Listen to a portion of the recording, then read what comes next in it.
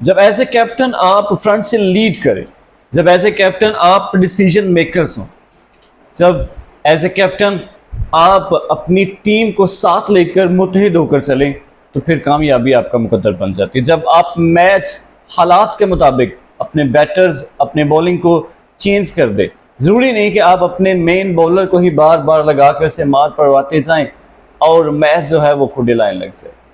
जब आप सिचुएशन समझ कर उसके मुताबिक, चाहे आपका पार्ट टाइमर ही क्यों नहीं है, उसको खिलाकर, उससे ओवर्स करवा कर, उससे बैटिंग करवा कर आप मैच जीत सकते हैं, तो फिर नतायज सामने आते हैं, फिर अच्छे नतायज सामने आते हैं और कामयाबी भी मुकद्दर बन जाती है। जी हाँ, मैं बात कर रहा हूँ इंडियन टीम की, जहाँ पर टैलेंट को प्रमोट किया जाता है, जहाँ पर पर्ची यारी दोस्ती नहीं चलती कि आप एक ही बंदे को बार बार खिलाई जा रहे हैं, वो इसी बिना पर बस हाँ इस मैच में परफॉर्मेंस दे देगा, इस मैच में परफॉर्मेंस दे देगा, लेकिन हर दफ़ा जीरो।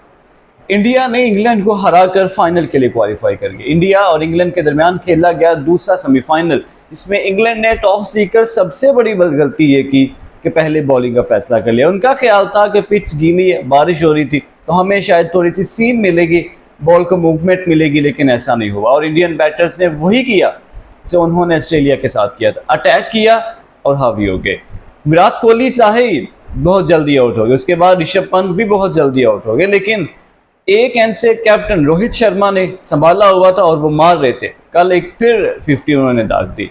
रोहित शर्मा 57 रन बनाकर नुमाया रहे। उनके बाद सूर्य कुमार यादव, जो उनके मिडिल ऑर्डर बैट्समैन जो कि छक्के चौके लगा लेते हैं, चलते तो कभी कभार है, लेकिन कल एक हैंडी इनिंग खेल के गए 47 रन को भी बना करके। इंग्लैंड बॉलिंग की बात की जाए तो क्रिस जॉर्डन के अलावा बाकी सब बॉलर्स है तकरीबन नाकाम दिखाई दिए। 3 विकेट्स हासिल की क्रिस जॉर्डन ने, बाकी उसके बाद बाकी जितने भी बॉलर्स थे सब ने एक विकेट हासिल की। यूँ इंडिया ने 20 ओवर्स में 7 विकेट के नुकसान पर 171 रन बनाए। उस ग्राउंड के हिसाब से, उस पिच के हिसाब से ये काफ़ी अच्छा टोटल था। इंग्लैंड की बैटिंग जब बैटिंग करने के लिए आई, जॉस बटलर और फिलिप सार्ट ने ट्राई किया अटैक करने का, लेकिन दाद देनी पड़ेगी इंडियन बॉलर्स को। जसप्रीत बुमराह जो कि फेवरेट से फेवरेट होता जा रहा है, वो समझदार, इतना समझदार बॉलर है, वो जानता है कहाँ किसको कैसे खिलाना है, कौन सी बॉल वो वहाँ पर मार रहा है, उसको कैसे डॉस करना है, ये सब कुछ जानता है। अगर ये कहा जाए कि दुनिया में नंबर 1 बॉलर आजकल T20 का जसप्रीत बुमराह है, तो मेरा ख्याल है इसमें कोई भी बुराई नहीं है। वो अच्छा कर रहा है, उसकी तारीफ करना बनता है। बैटिंग लाइनअप को बिल्कुल हिला कर रख दिया। बटलर 27 रन के साथ नुमाया रहे, 23 रन के साथ नुमाया रहे। उसके बाद हैरी ब्रूक, गलत शॉट, बटलर ने भी वही गलत शॉट रिवर्स स्वीप लगाने के चक्कर में अपना कैच दे बैठे, और हैरी ब्रूक जो कि कुछ लग रहा था कि छक्के चौके आज लगाएंगे, लेकिन वो भी गलत शॉट लगाकर अपना विकेट दे बैठे। यूँ इंडिया ने ये मैच जो है वो 68 रन से जीत लिया।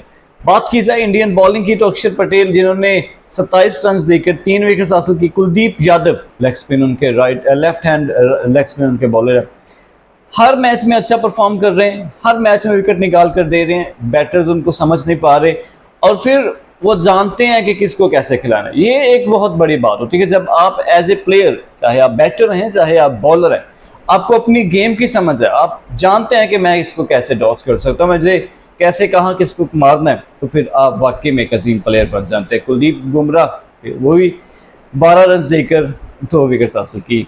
इंडिया जो कि 2022 में इंग्लैंड से हारने के बाद सेमीफाइनल से बाहर हो गया था, आज कल रात इंडिया ने इंग्लैंड से वही बदला ले लिया, उनको हराकर वो फाइनल में आज साउथ अफ्रीका के खिलाफ खेलेगा।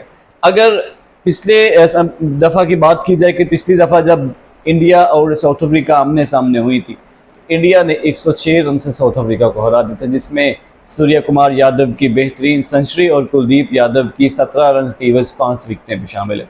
So not an easy task for south Africa, इतना जीतना आसान नहीं है उनके लिए, इंडिया को हराना। जिस फॉर्म में वो चल रही है, कल भी आपसे कहा था कि साइकोलॉजिकली वो सारी टीम पर हावी अब हो चुकी है, जीत की जो स्ट्रीक उनकी चली हुई है वो अभी तक कम नहीं हो रही।